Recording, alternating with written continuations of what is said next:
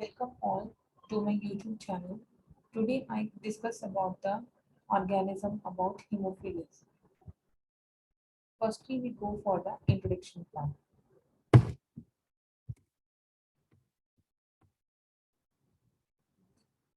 Haemophilus genus contains small, non-motile, non-supporting, oxidase-positive, pleomorphic, and organism aerobic.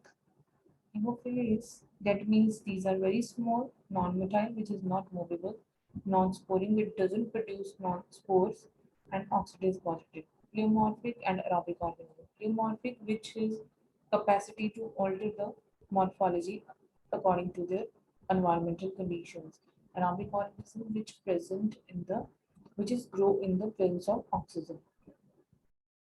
Then gram-negative baseline. These are the gram-negative baseline, which are parasitic on human beings or animals. That means that they survive they require the host body to survive. Like in this, human beings or animals are the host body for the Haemophilus influenza. As already I told about the Haemophilus organisms meaning like hemo means blood, philus means loving. That means these are the organisms which is blood loving. Blood loving organisms. These are known as Haemophilus. Then we go for the objectives. Means after reading this organism, what we know about the objectives. First of all, after reading this organism, we already know about the morphology, then cultural characteristics. In this, we discuss, and the pathogenesis also we discuss in this, and lab diagnosis also.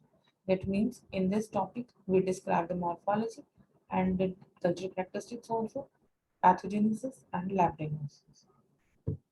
Next, about firstly, we go for the morphology.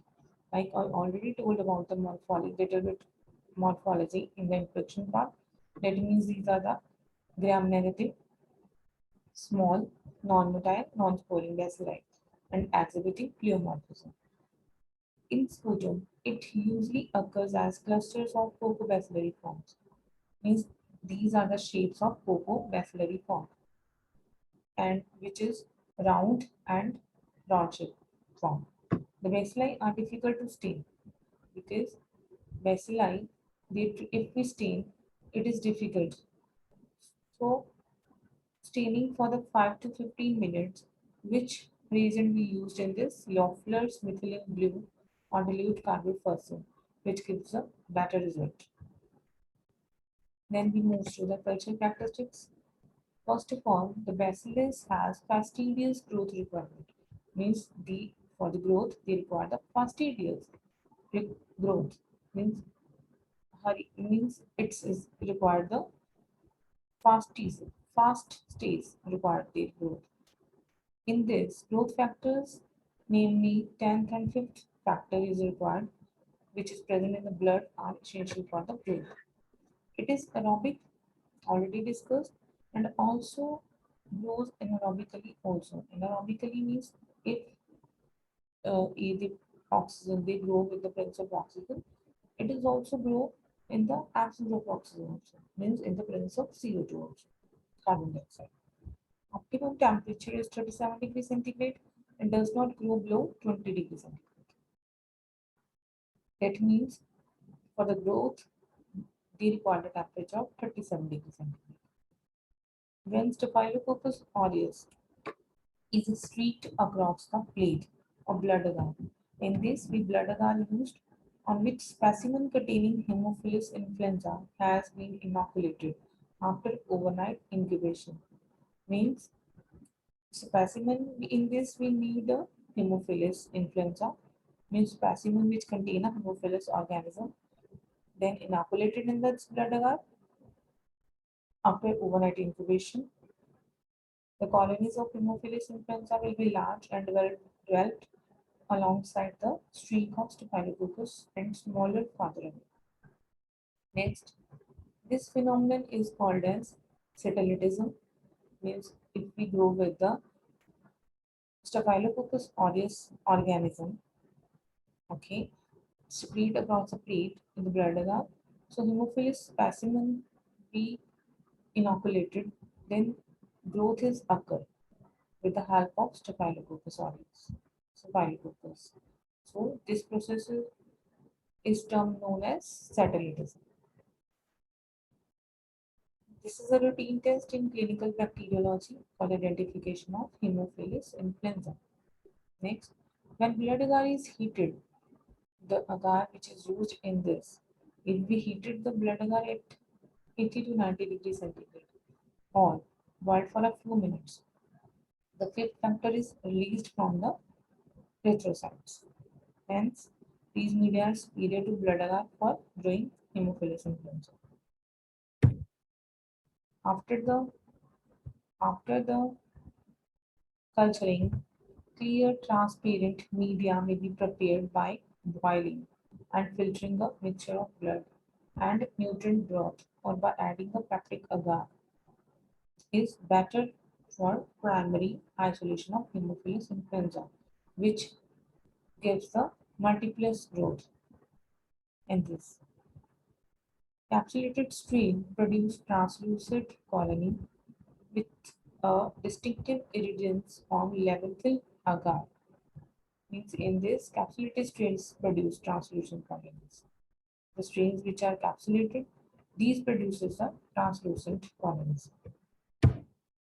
Then moves to the biochemical reactions. Glucose and xylose are fermented with acid production. Fine, and but not lactose, sucrose, and mannitol. These don't ferment with the acid production. Catalase and oxidase reactions are positive in this. Nitrates are reduced to nitrites. Then resistance, we talk about this. Resistance means how we destroy the organism. So Haemophilus is a delicate bacterium, so it is destroyed by heating at 55 degrees centigrade for 30 minutes.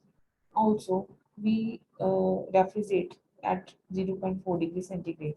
And another is drying and disinfectant is also a method to destroy the bacteria. In culture, the cell die within 2 or 3 days due to autolysis. Autolysis is a process which is breakdown automatically within 2 or 3 days. Cultures may be preserved for about a month on chocolate agar slopes in screw cap bottles. If we want to preserve the culture about a month, we require the chocolate agar, which is in the screw cap bottles, partly contain capped bottles. Then next, pathogenicity. Pathogenicity means how the organism produces a life cycle in the host body. First of all, Haemophilus is an exclusively human pathogen. Diseases due to Haemophilus influenza are invasive and non-invasive. In invasive, the bacillus acts as a primary pathogen which causes the acute invasive infections. Means in acute infection, invasive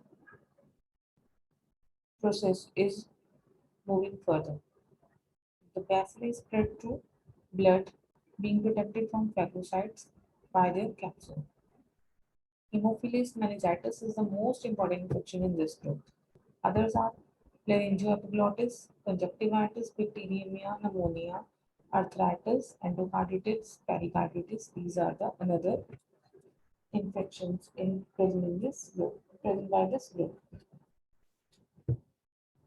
Then in non-invasive, the bacillus spreads by local invasion along mucosal surfaces and causes secondary or superadded infection, usually of respiratory tract. Means these require spreading by local invasion. In this, otitis media, sinusitis, and exacerbations of chronic bronchitis and bronchiectasis. These are the infections in the non-invasive process. These are usually seen in adults and are often caused by non-capsulated strains. Then we move to the lab diagnosis.